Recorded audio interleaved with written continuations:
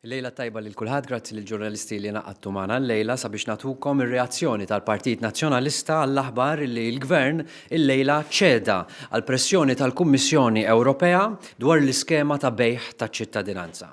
Il-Partit Nazzjonalista qis il-bażi ta' ftehim bħala konferma ta' kemm il-Partit Nazzjonalista kellu raġun u kien korrett sa bil-bidunet. Il-Prim Ministru ġie fi kliem l-oppożizzjoni u spiċċa sema mill-Ewropa wara illi ma kienx sema minna il-Maltin hawn Malta. Issa l-Gvern ser ikollu ibiddel l-iskema ta' bejgħ taċ-ċittadinanza għat-tielet darba. Iżda li kieku l-Gvern sema mill-oppożizzjoni mill-bidunet li kieku ma kienitx issir il-ħsara illi saret permezz ta' din l-iskema u l-ħsara kbira illi għamlet għar-reputazzjoni ta' pajjiżna. Wara aktar minn 4 xhur ta' kontroversja li seta' ġiet evitata li kieku il-Gvern ma webbis rasu, il-Gvern Laburista issa ċeda għall-insistenza tal-Kummissjoni Ewropea li ċ-ċittadinanza Maltija u Ewropea m'għandix tkun għal bejgħ u li biex tingħata jeħtieġ illi jkun hemm rabta ġenwina bejn il-persuna li tapplika ċittadinanza u residenza hawn Malta. Ħaġa eżattament li kienet tajt l-oppożizzjoni mill-bidunet. Dan kollu juri illi l-aġir u l-attitudni tal-Prim Ministru tal-Gvern Laburista kienu żbaljati u għamlu ħsara kbira lil pajjiżna li setat ġiet evitata li kieku semgħu minn dak li qalet l-oppożizzjoni u anki mis-sentiment tal-maġġoranza tal-poplu Malti Wawġi u mis-sentiment tal-korpi kostitwiti. Minflok il-Prim Ministru u l-Gvern Laburista websu rashom u għażlu li jisimgħu biss mill-kumpanija Henley & Partners li l-uniku interess tagħha hu li minn din l-iskema tal-bejgħ tal-passaport tagħna tagħmel qlieħ ta' 200 miljun euro.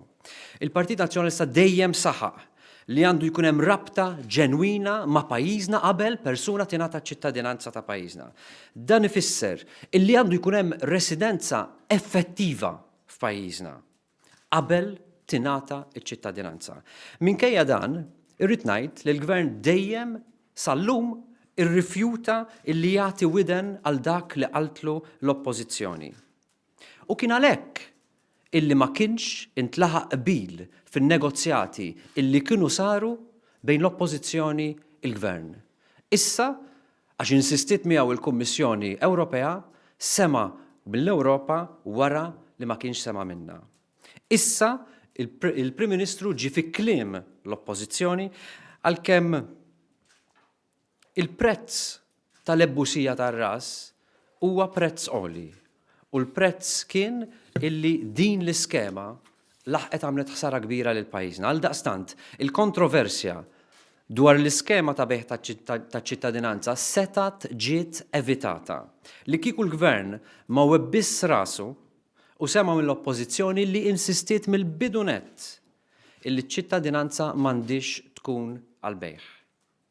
Il-fatt li l-iskema ser tinbidel għat-tielet darba turi l-inkompetenza tal-Gvern, illi ma kienx kapaċi jisma' u joħroġ mill-bidunet b'iskema tajba. U dan kollu juri wkoll kemm kienet għaqlija id-deċiżjoni illi aħna tħallna issieħibna fl-Unjoni Ewropea biex tkun tarka għalina għal meta Gvern Laburista jipprova jirrombla fuq il-poplu Malti u Wawċi. Għax dik it-tarka illum iddifenditna.